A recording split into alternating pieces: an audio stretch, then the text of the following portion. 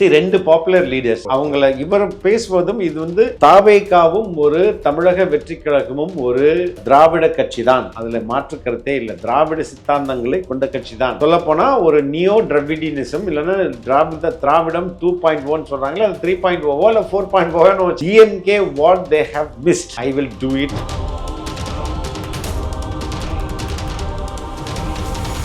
அழகிரிக்கும் ஸ்டாலினுக்குமே ஒரு போட்டி, யார் அடுத்த தலைவராக வரும்போது. அப்பதான் வந்து அவர் சொன்னாரு, இது சங்கரமணம் கிடையாது, அதனால சங்கராச்சாரி 1, சங்கராச்சாரி 2, சங்கராச்சாரி 3 இருப்பாங்க. 1 போன பிறகு 2 வந்து அந்த இடத்துக்கு வருவாங்க, புதுசா 3 ஒன்று வந்து சேர்ப்பாங்க. அந்த அடிப்படையில் தானே அவங்க இன்னவரையும் அப்படிதான் இயங்கிட்டு இருக்காங்க இல்லையா. பெரியவர் செத்தாரு, இப்போ வந்து ஏற்கனவே 2வது இடத்தில் வந்தவர் முதல் இடத்துக்கு போயிருக்காரு, புதிய ஒருத்தர் கொண்டு வருவார். அதைத்தான் அவர் அன்னைக்கு சொன்னார். ஆனா இங்க என்ன நடக்குது, அப்பாவுக்கு பிறகு மகன், மகனுக்கு பிறகு பேரன், பேரனுக்கு அடுத்து கொள்ளு பேரன், இன்பநீதி வரையும் வந்துருச்சுல. அததான் அப்படி சொல்றாரு.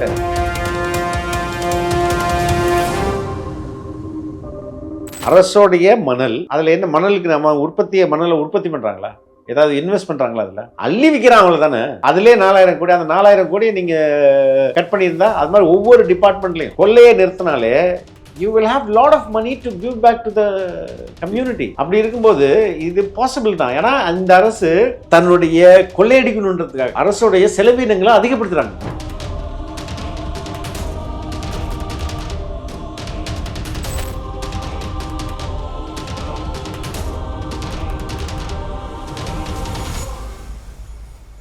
தோழர் வணக்கம். வணக்கம் தோழர். எப்படி தோழர் இருக்கு? நல்லா இருக்கு. விஜய் அவர்களோட இந்த மக்கள் சந்திப்பு இன்னைக்கு இதுல வந்து காஞ்சிபுரத்துல நடந்திருக்கு. நிறைய விஷயங்கள் விஜய் அவர்கள் பேசியிருக்காரு. அதெல்லாம் விட்டுட்டு நான் உங்ககிட்ட கேட்கறதுன்னா, இப்போ அரசியல்ல ஒரு பொதுக்கூட்டம் நடந்துச்சுன்னா, இல்ல ஒரு மீட்டிங் நடந்துச்சுன்னா மக்கள் வந்து அதிகமா இருக்கணும்னு தான் நினைப்பாங்க. ஆனா இந்த மீட்டிங்ல வந்து 2000 பேர் மட்டும் போதுன்னு சொல்லிட்டு இந்த QR கோட்லாம் அறிமுகப்படுத்தியிருக்காங்க. இதை முதல்ல எப்படி பாக்குறீங்க? இது ஒன்றும் அரசியலுக்கு இது புதுசு இல்லைங்க. ஓகே. அமெரிக்க ஜனாதிபதி தேர்தல் தொடங்கி நம்ம உள்ளூர் தேர்தல் வரையும் இது இண்டோர் மீட்டிங்ன்றது எல்லா ஊர்லேயும் நடக்கிறது தான். என்னன்னா இண்டோர் மீட்டிங் இப்போ டிசம்பர் 4ஆம் தேதி தான் இவங்க வந்து சேலம்ல கேட்குறாங்க. ஆனால் அவங்க காவல்துறை 4 வாரத்துக்கு முன்னாடியே நீங்கள் வந்து கேட்கணும், விச் இஸ் 1 மந்த்துக்கு முன்னாடியே நீங்கள் வந்து கேட்கணும்னு போது, அப்போ 1 மந்த் வரையும் வெயிட் பண்ணிட்டு இருக்க முடியாது இல்லையா. இண்டோர் மீட்டிங்க்கு நீங்கள் வந்து போலீஸ் பர்மிஷன் வேணும், தேவையில்லை. உங்களுக்கு இன்ஃபர்மேஷன் மட்டும் நீங்கள் சொன்னால் போதும். Okay okay. ஏன்னா இண்டோர் மீட்டிங்கோடைய சட்டத்திட்டங்கள் அதுதான். அப்போ நான் வந்து இண்டோரில் சந்திக்க போகிறேன் அப்படின்னு சொல்லிட்டா அப்போ அவங்களுக்கு வந்து அனுமதி தேவையில்லை, அவங்க ரிட்டர்னில் வரணும்னு தேவையில்லை. அப்போது இன்னைக்கு வந்து மக்கள் சந்திப்புன்றது மக்களை நேரடியாக மட்டுமே சந்திப்பதில்லை இல்லை. இதன் மூலம் லட்சக்கணக்கான பேர் இன்னைக்கு டிவியில் ஃபுல்லாக பார்த்துருப்பாங்களே. அப்போ அதுதானே உங்களுக்கு கோல். அதுக்காக நீங்கள் எம்டி சவத்தை பார்த்து பேசிகிட்டு இருக்க முடியாது. அதனால அங்கே உள்ள உண்மை தொண்டர்களும் வந்திருக்காங்க. அது அது அது அப்படிதான் நான் இதை புரிஞ்சுக்க முடியுது. ஏன்னா இப்போ பொதுவாக மற்ற அரசியல் கட்சி தலைவர்கள்லாம் கூட்டம்லாம் கூடிடுச்சா அதுக்கப்புறம் நான் வரம்பான்னு சொல்லிட்டு வர இதுதான் நம்ம பார்த்துருக்கோம். ஆனால் இப்போ இங்கே வந்து அப்படி இருக்க மாட்டேங்குது. இந்த குழந்தைங்கள்லாம் வந்தா இல்லை நீங்கள் வீட்டுக்கு போங்கன்னு சொல்லி அனுப்பதையும் நம்மளால பார்க்க முடியுது. அதுக்காக கேட்டேன் தோழர். இல்லை இண்டோர் மீட்டிங் அவங்க அப்படி குழந்தைங்கள்லாம் வேணான்னு சொல்லி தவிர்த்திருக்கலாம்னு நான் நினைக்கிறேன். அதனால குழந்தைங்களை அலோவ் பண்ணியிருக்க மாட்டாங்க. ஆக்சுவலாக இதில் விஜய் சார் நிறைய விஷயங்கள் பேசியிருந்தார். ஓவரால் அவரோட ஸ்பீச்சை வந்து நீங்கள் இதை எப்படி பார்க்குறீங்க? இனிமே தான் என்னுடைய கேமே ஆரம்பிக்குது. நான் அடிக்கவே இல்லை அதுக்கு முன்னாடியே இந்த இந்த கதறீங்க இனிமேல் தான் அடியே இருக்குது அப்படின்றது தான் அவருடைய. இனிமே எதுக்கு நான் சொல்றேன்னா, அவங்களுடைய எல்லா பாயிண்ட்ஸையும் எக்ஸாஸ்ட் பண்ணிட்டாங்க. யாருடைய எல்லா பாயிண்ட்ஸையும்? திமுகவுடைய இல்ல திமுக தாவேகா எதிர்ப்பு இருக்குல்ல, அவங்களுடைய எல்லா பாயிண்ட்ஸையும் எக்ஸாஸ்ட் பண்ணிட்டாங்க. இனிமே அவங்க பாயிண்ட்ஸ் புதுசா உருவாகணும். But he had got something big. அதை வந்து இனிமே அந்த ஆயுதங்களை இனிமே வந்து தாக்குதல் தான் ஹெவியா இருக்கும் தாவேகா சைட்ல இருந்து. அப்படித்தான் நான் பாக்குறேன். இப்ப திமுகவோட கொள்கை தலைவர்னா அண்ணா, இப்ப அதிமுக கொள்கை தலைவர் வந்து அண்ணாவும் எம்ஜிஆரும் சேர்ந்து சொல்லலாம். அவங்களெல்லாம் அந்த கட்சிகள் வந்து பேசுறதே வந்து குறைவாகிடுச்சு. இப்போ புதுசா வந்து விஜய் அவர்கள் வந்து தொடர்ந்து இவங்க குறித்து அதிகம் பேசுறதை வந்து நம்மளால பார்க்க முடியுது. இப்போ அவங்களுடைய கொள்கை தலைவர் தன்னுடைய கொள்கை தலைவராக விஜய் ஏற்றுக்கிட்டு இருப்பாங்க. இல்லைங்க, அவங்களுக்கு மட்டுமான தமிழர்களுக்கான தலைவர்கள் தானே. எம்ஜிஆரா இருக்கட்டும், அண்ணாவா இருக்கட்டும், இதே நோ மோர் டுடே. இப்போ அவர்களை பயன்படுத்துறதுல என்ன தப்பு? ரெண்டாவது அவர் என்ன குற்றச்சாட்டு வைக்கிறார்? நீ அண்ணாவை உருவாக்குன கட்சியை நீ என்ன பண்ணி வச்சிருக்கீங்க? அண்ணா யாருக்காக உருவாக்குனார் கட்சி? உங்க குடும்பத்துக்காக உருவாக்குனாரா அப்படின்னு கேட்கிறாரு. அவ்வளவுதானே. புரியுது. அதே மாதிரி எம்ஜிஆர் குறித்தும் நிறைய பேசுறது வந்து நம்மளால பார்க்க முடியாது. இந்த எம்ஜிஆரோட வழியை வந்து ஃபாலோ பண்ணிட்டு இருக்காரு விஜய் அவர்கள். ரெண்டு பாப்புலர் லீடர்ஸ் அவங்கள இவர் பேசுவதும் இது வந்து தாவேகாவும் ஒரு தமிழக வெற்றி கழகமும் ஒரு திராவிட கட்சி தான், அதுல மாற்று கருத்தே இல்லை. திராவிட சித்தாந்தங்களை கொண்ட கட்சி தான்.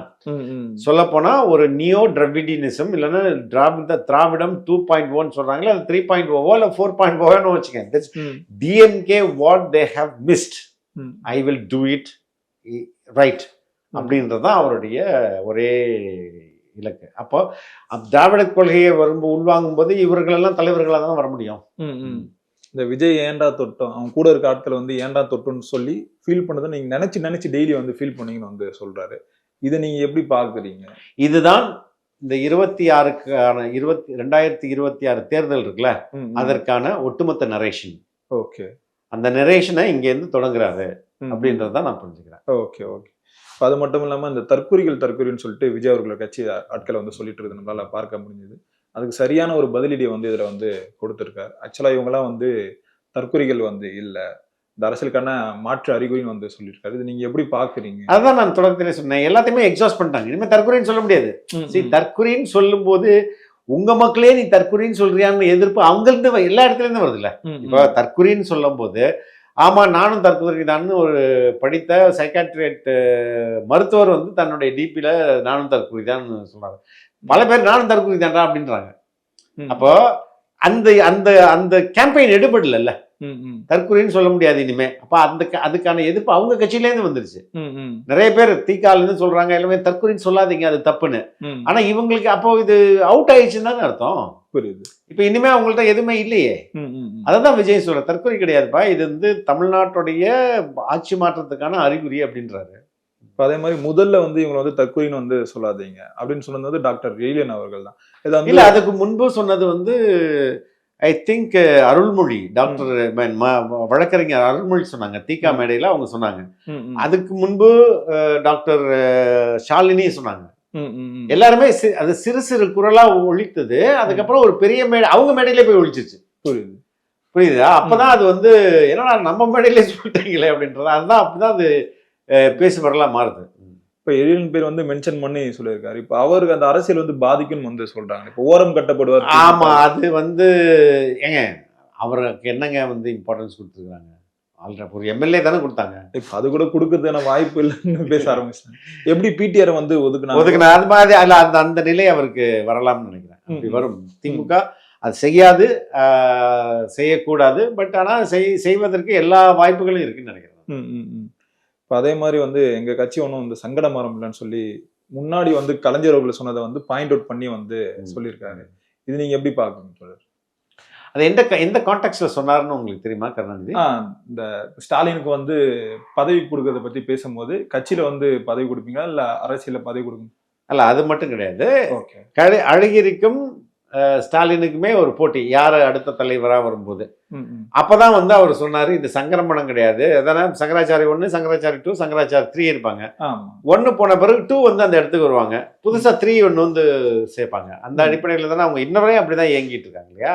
பெரியவர் செத்தாரு, இப்ப வந்து ஏற்கனவே 2வது இடத்தில் வந்தவர் முதல் இடத்துக்கு போயிருக்காரு, புதிய ஒருத்தர் கொண்டு வரப்பட்டிருக்கிறாரு. அதைத்தான் அவர் அன்னைக்கு சொன்னார். அப்ப ஆனா இங்க என்ன நடக்குது? அப்பாவுக்கு பிறகு மகன், மகனுக்கு பிறகு பேரன், பேரனுக்கு அடுத்தது கொள்ளு பேரன், இன்பநீதி வரையும் வந்துருச்சுல. அததான் அப்படி சொல்றாரு.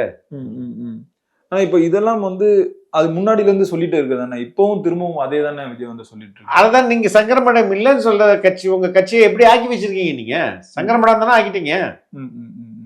புரியுது. முதல் பெரியவா, அதுக்கு அடுத்தது நடுவா, இல்ல அடுத்தது சின்னவா, அப்படித்தானே போயிடுச்சு. அதுதான் அப்படி சொல்றாரு. அதே மாதிரி விஜய் அவர்கள் வந்து எப்பவுமே வந்து பாஜகவை தான் விமர்சனம் பண்றாரு, திமுகவை தான் விமர்சனம் பண்றான்னு சொல்லிட்டு அவர் மேலே இதே ஒரு விமர்சனம் வச்சாங்க. அவர் என்ன ஆட்சிக்கு வந்தா என்ன பண்ணுவோம் அதை பத்தி எதுவுமே பேச மாட்டான்னு சொன்னாங்க.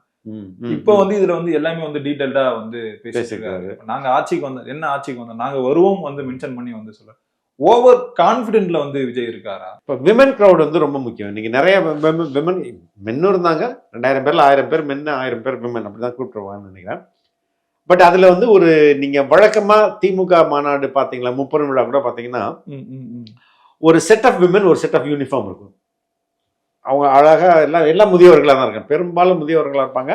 ஒரு யூனிஃபார்மா ஒரு சேலை கட்டி உட்காந்துருப்பாங்க, ஒரு ஜங்கு அதுக்கடுத்து இன்னொரு கலர் யூனிஃபார்ம்ல உட்காருவாங்க. அதுக்கு என்ன மீனிங்னா, இந்த யூனிஃபார்ம்லாம் நான் கூட்டு வந்தது, இந்த யூனிஃபார்ம்லாம் அவர் கூட்டு வந்தது அப்படின்றதா இருக்கும். இங்க அப்படி ஒண்ணுமே கிடையாது.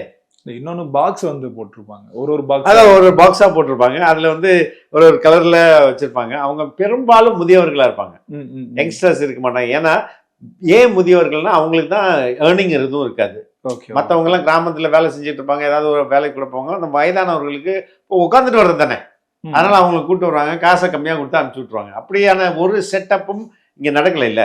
அதனால இது மட்டும் கிடையாது, விஜய் இந்த ஒரு வென்யூவா தான் அதை பயன்படுத்திக்கிட்டாரு. பட் ஆன்லைன்ல தொலைக்காட்சிகளை எல்லா மக்கள் பார்த்துருப்பாங்கல்ல, அதுவும் ரொம்ப முக்கியம் இல்லையா? அதே மாதிரி இப்போ நாங்கள் ஆட்சிக்கு வந்தால் என்னென்ன பண்ணணும்னு வந்து சொல்லியிருந்தார். இப்போ அதை எப்படி பார்க்குறீங்க? இப்போ நிரந்தரம் வந்து எல்லாருக்கும் வீடு, அப்புறம் ஒவ்வொரு வீட்லையும் அந்த மோட்டார் சைக்கிள் வந்து இருக்கணும்னு சொல்றாரு. கார் வந்து எய்ம், இலக்கு கார் தான். ஒவ்வொரு வீட்டுக்கும் கார் கொடுப்பது தான் இலக்கு. ஆனா அட்லீஸ்ட் மோட்டார் பைக் உண்டு, பைக் உண்டு அப்படின்றாரு. சரி, எல்லாருக்கும் நிரந்தர வீடு, நிரந்தர வேலை, நிரந்தர வருமானம். இங்க வந்து கிட்டத்தட்ட எனக்கு தெரிஞ்சு 12 லட்சம் வேகன்சி வந்து கவர்மெண்ட்லயே இருக்கு. அதை ஃபில் பண்ணாலே வீட்டுக்கு ஒருத்தர் வேலை கொடுத்துடலாம். புரியுதுங்களா? இது வந்து செலவு கிடையாது.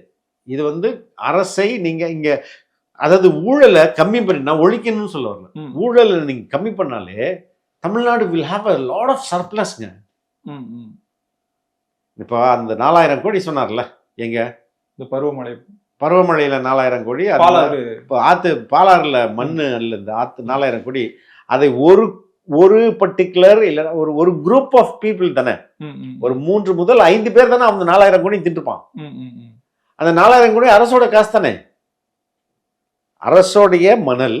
அதுல என்ன, மணலுக்கு நம்ம மணலை உற்பத்தி பண்றாங்களா, ஏதாவது இன்வெஸ்ட் பண்றாங்களா? அதுல அள்ளி விற்கிறாங்க தானே. அதுலயே 4000 கோடி. அந்த 4000 கோடியை நீங்க கட் பண்ணியிருந்தா, அது மாதிரி ஒவ்வொரு டிபார்ட்மெண்ட்லயும் நீங்க கொள்ளையை நிறுத்தினாலே you will have lot of money to give back to the community. அப்படி இருக்கும்போது இது பாசிபிள் தான். ஏன்னா இந்த அரசு தன்னுடைய கொள்ளையடிக்கணுன்றதுக்காக அரசுடைய செலவினங்களை அதிகப்படுத்துறாங்க. எது காரணம்? அதுல இருந்து நம்ம கமிஷன் அடிக்கலாம் தான். அப்போ அரசிட்ட காசு எல்லாம் போயிடுது. அதனால இவங்க வந்து சம்பளம் கொடுக்க முடியல. அதனால இவங்க வந்து அந்த வேகன்சிஸ் எல்லாம் ஃபுல்ஃபில் பண்ண மாட்டாங்க. ஆனா இந்த லஞ்சத்தை நீங்க கம்மி பண்ணிட்டாலே போதும், the government will have lot of surplus in hand, which can become a government job இருக்கலாம், salary hike இருக்கலாம், so many இது நம்ம பண்ண முடியும் தானே. இப்ப அந்த நிரந்தர வீடு, இந்த வருமானம், அந்த வீட்டுல ஒருத்தருக்கு அந்த மோட்டார் சைக்கிள்லாம் வீட்டுக்கு ஒருத்தர், இதெல்லாம் வந்து இவ்வளவு காலம் ஆட்சி பண்ண அந்த திமுகவா இருக்கட்டும், அதிமுக இருக்கட்டும், காங்கிரஸா இருக்கட்டும், அவங்களாலே முடியாத ஒரு விஷயத்த வந்து விஜய் வந்து சொல்றாரு. எப்படி ஏன் முடியாது? இவ்வளவு நாள் வரைக்கும் நிறைய பேர் வீடு இல்லைங்க. நான் அதான் சொல்றேனுங்க. இங்கே வந்து எத்தனை அமைச்சர் மேல கொள்ளையடிக்கிற காசு இருக்கு? எல்லா பேர்லயும் காசு, லஞ்ச ஊழல் காசு. அது எப்படி நடக்குது? ஃபாரின்ல இருந்தா காசு வாங்கி வந்துடுறாங்க. நம்மளுடைய ஒண்ணு இல்லைங்க. ஃபார் எக்ஸாம்பிள், ஒரு நாளைக்கு 1 கோடி பேர் டாஸ்மாக் போறாங்க, ரைட்டா? பாட்டிலுக்கு 10 ரூபான்னு ஆவரேஜ், 10 ரூபாயில ஆரம்பிச்சு 100 ரூபாய் வரையும் வைக்கிறாங்க. நீங்க 100 ரூபாய் கூட பாட்டிலுக்கு 10 ரூபான்னா எவ்வளவு உங்களுக்கு லஞ்சம் கிடைக்குது? அது அதிகமா இருக்கும். ஒரு நாளைக்கு 1 கோடி பேர் 10 ரூபானா 10 கோடி ஆச்சா? 10 கோடி per day. Just like that உங்களுக்கு வந்து அதுல இருந்து லஞ்சம் இருக்கு. இந்த 10 கோடி நீங்க அடிக்கிறீங்களா? இதனால என்னவெல்லாம் நடக்குதுன்னா, உங்களுடைய சரக்கு ரொம்ப மட்டமான சரக்கு எடுத்து வைக்கிறாங்க, அதுல குவாலிட்டி கிடையாது, அதுல ஊழல் நடக்கிறத நீங்க கண்டுக்கிறது இல்லை. புரியுதுங்களா? தோ லாபகரமா வெளியில தோன்றும் டாஸ்மாக் நட்டத்துல போறது காரணம் ஊழல். இதை நீங்க சரி பண்ணீங்கன்னா, எம்ஆர்பி லெவலில் கொடுத்துட்டு சரியான மதுபானங்களை நீங்க வித்தீங்கனாலே இதுலயே பயங்கர லாபம் வரும்ல உங்களுக்கு. சரிங்களா? அதே மாதிரி ஒவ்வொரு துறையிலையும், டிரான்ஸ்போர்ட்ல இருந்து எல்லாத்துலயும் நீங்க லஞ்சத்தை தவிர்த்தாலே மேனேஜ்மெண்ட் சரியாயிடும். இப்போ ஒரு புதிய பாலம் கட்டுறதுக்கு கோடிக்கணக்கில் அடிக்கிறாங்க, பாலம் இடிஞ்சு விழுந்தது. இப்போ பாலம் கட்டுவதன் நோக்கம் என்னவாது? பாலத்தில் நோக்கம் அதுல இருந்து காசு அடிக்கிறது தான் நோக்கம். இப்போ இதெல்லாம் நீங்க சரி பண்ணாலே you will have access of money. No, அப்ப ஏன் இது முடியாது? புரியுது சார். பொறுத்து இருந்து பார்ப்போம் என்ன நடக்குதுன்னு. ரொம்பவே நன்றிகள் தரோம். ரொம்ப நன்றி. நன்றி.